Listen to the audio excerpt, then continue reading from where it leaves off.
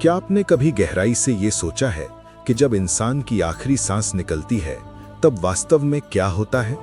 क्या मौत के बाद सब कुछ खत्म हो जाता है या फिर ये सिर्फ एक नई यात्रा की शुरुआत होती है? ये सवाल हजारों सालों से इंसान के मन में उठता रहा है। हर सभ्यता, हर धर्म मृत्यु के बाद की दुनिया के बारे में कुछ न कुछ कहता है, लेकिन हिंदू धर्म के प्राचीन ग्रंथों में एक ऐसा ग्रंथ है जो मृत्यु के बाद आत्मा की यात्रा को बेहद विस्तार से बताता है। उस ग्रंथ का नाम है गरुड़ पुराण। गरुड़ पुराण के अनुसार मृत्यु कोई अंत नहीं है, ये तो बस एक द्वार है, एक ऐसी दुनिया का द्वार जहां आपके हर कर्म का हिसाब होता है, जहां न कोई झूठ चलता है न कोई बहाना।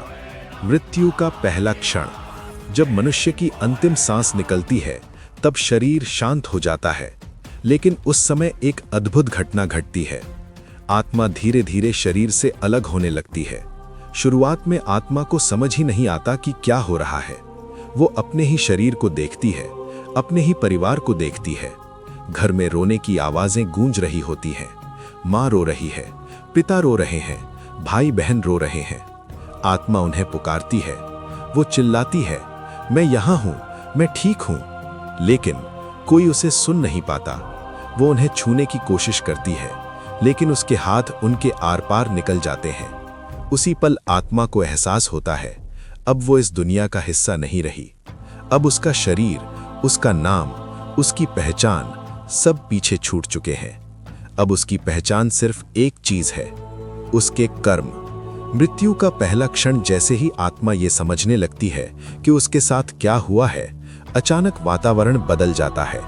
हवा भारी हो जाती है, चारों तरफ एक अजीब सन्नाटा फैल जाता है, और तभी अचानक प्रकट होते हैं यमदूत। उनका रूप बेहद भयानक होता है, काले शरीर, लाल आंखें और हाथों में लोहे के फंदे। उनके चेहरे पर कोई दया नहीं होती। वे आत्मा को पकड़ लेते हैं। आत्मा डर जाती है, वो भागने की कोशिश करती है, लेकिन यमदूतों की पकड़ से कोई नहीं बच सकता। वे आत्मा को घसीटते हुए ले जाते हैं उस रास्ते की ओर जिसे कहा जाता है यमलोक की यात्रा। इस यात्रा का सबसे भयानक पड़ाव होता है वैतरणी नदी। गरुड़ पुराण के अनुसार ये कोई साधारण नदी नहीं है, ये पापियों के लिए एक भयानक परीक्षा है। दूर से देखने पर यह नदी काली दिखाई देती है। जब आत्मा पास पहुंचती है तो उसे पता चलता है कि इसमें पानी नहीं है, इसमें बहता है खून, मल और सड़ांध। इस नदी की बदबू इतनी भयानक होती है कि आत्मा तक कांप उठती है। इसमें भयानक जीव तैरते रहते हैं। जैसे ही कोई आत्मा इसमें उतरती है वे उस पर हमला कर देते हैं। लेकिन यहाँ एक अद्भुत रहस्य भी छिपा है। गरुड़ पुराण कहता है, अगर किसी व्यक्ति ने अपने जीवन में गाय की सेवा की हो, उसका सम्मान किया हो, तो वही गाय उसकी मदद करती है। आत्मा गाय की पूंछ पकड़कर आसानी से इस भयानक नदी को पार कर जाती है। लेकिन अगर किसी ने गाय का अपमान किया हो तो ये नदी उसके लिए अनंतहीन यातना बन जाती है। वो डूबता है, संघर्ष करता है, लेकिन कोई सहारा नहीं मिलता। यमराज का दरबार। वैतरणी पार करने के बाद आत्मा को ले जाया जाता है यमराज के दरबार में। ये एक विशाल स्थान होता है, चारों तरफ भयानक सन्नाटा। बीच में सिंहासन पर बैठे होते हैं यमराज। उनकी आंखों में कठोरता होती है, लेकिन उनके न्याय में कभी गलती नहीं होती। उनके बगल में खड़े होते हैं चित्रगुप्त।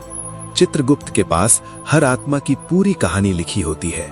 जीवन का हर पल, हर कर्म, हर विचार, सब कुछ दर्ज होता है। वो फाइल खोली जाती है। आत्मा के सामने उसके जीवन का सच रखा जाता है। अब यहाँ कोई झूठ नहीं बोल सकता, क्योंकि सच खुद सामने खड़ा होता है। और फिर होता है फैसला। आत्मा को भेजा जाएगा स्वर्ग या नरक। नरक की भयावह दुनिया। गरुड़ पुराण में बताया गया है कि नरक सिर्फ एक जगह नहीं है, बल्कि वहां है 28 अलग अलग नरक।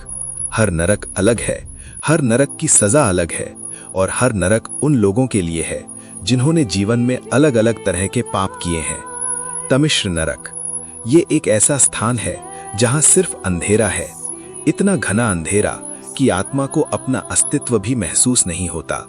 अचानक भयानक जीव प्रकट होते हैं। वे आत्मा को पकड़ते हैं, घसीटते हैं, जमीन पर पटक देते हैं, हड्डियां टूट जाती हैं, लेकिन मरना यहाँ मना है। ये सजा उन लोगों को मिलती है जिन्होंने दूसरों को धोखा देकर उनका हक छीन लिया। अंधतमिश्र नरक, यहाँ चारों तरफ काला धुआं घूमता रहता है। ये धुआं आंखों में घुसकर उन्हें जला देता है। फिर आत्मा को लोहे की जंजीरों में बांध दिया जाता है। हर तरफ से एक ही आवाज गूंजती है, विश्वास क्यों तोड़ा। ये सजा उन लोगों के लिए है जिन्होंने अपने परिवार और जीवन साथी का भरोसा तोड़ा। रौरव नरक, यहाँ की जमीन आग की तरह जलती है। यहाँ रहते हैं भयानक जीव जिन्हें रूर कहा जाता है। उनके दांत तलवार जैसे होते हैं। वे आत्मा को नोच नोच कर खाते हैं। शरीर खत्म हो जाता है, लेकिन तुरंत नया शरीर बन जाता है ताकि दर्द फिर से दिया जा सके। ये सजा उन लोगों को मिलती है जिन्होंने बेजुबान जानवरों को सताया। महारौरव नरक, ये रौरव से भी ज्यादा भयानक है। यहाँ आग की नदियां बहती हैं। आत्मा को बार बार उस लावे में डुबोया जाता है। ये सजा उन लोगों को मिलती है जिन्होंने अपने फायदे के लिए दूसरों की जिंदगी बर्बाद कर दी। कुंभीपाक नरक, ये नरक बहुत प्रसिद्ध है। यहाँ विशाल कड़ाहों में उबलता हुआ तेल भरा रहता है। आत्मा को उसमें डालकर तला जाता है। ये सजा उन लोगों को मिलती है जिन्होंने अपने माता पिता का अपमान किया। कालसूत्र नरक, यहाँ जमीन जलते हुए तवे जैसी होती है और आसमान आग से भरा होता है। आत्मा भागने की कोशिश करती है, लेकिन यमदूत उसे आग के कोड़ों से मारते हैं।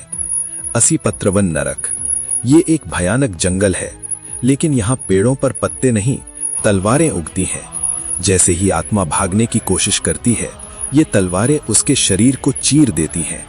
ये सजा उन लोगों को मिलती है जिन्होंने धर्म के नाम पर लोगों को गुमराह किया। अबीची नरक, ये सबसे खतरनाक नरकों में से एक है। ये एक अनंतहीन खाई है। आत्मा इसमें गिरती जाती है और नीचे से आग की लपटें उसे जलाती रहती हैं। ये सजा उन लोगों के लिए है जो अपने पापों पर शर्मिंदा नहीं होते। अंतिम संदेश।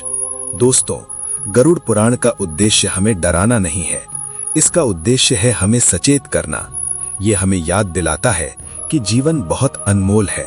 हम जो भी करते हैं उसका परिणाम जरूर मिलता है। इसलिए जीवन में हमेशा कोशिश करें सच्चाई के रास्ते पर चलने की, दूसरों की मदद करने की और अच्छे कर्म करने की, क्योंकि अंत में आपके साथ जाएगा ना आपका पैसा, ना आपका नाम। आपके साथ जाएगा सिर्फ एक चीज, आपके कर्म। अगर इस कहानी ने आपको कुछ सोचने पर मजबूर किया है तो इसे अपने दोस्तों और परिवार के साथ जरूर शेयर करें और कमेंट में पूरे विश्वास के साथ लिखें, जय श्री हरि विष्णु।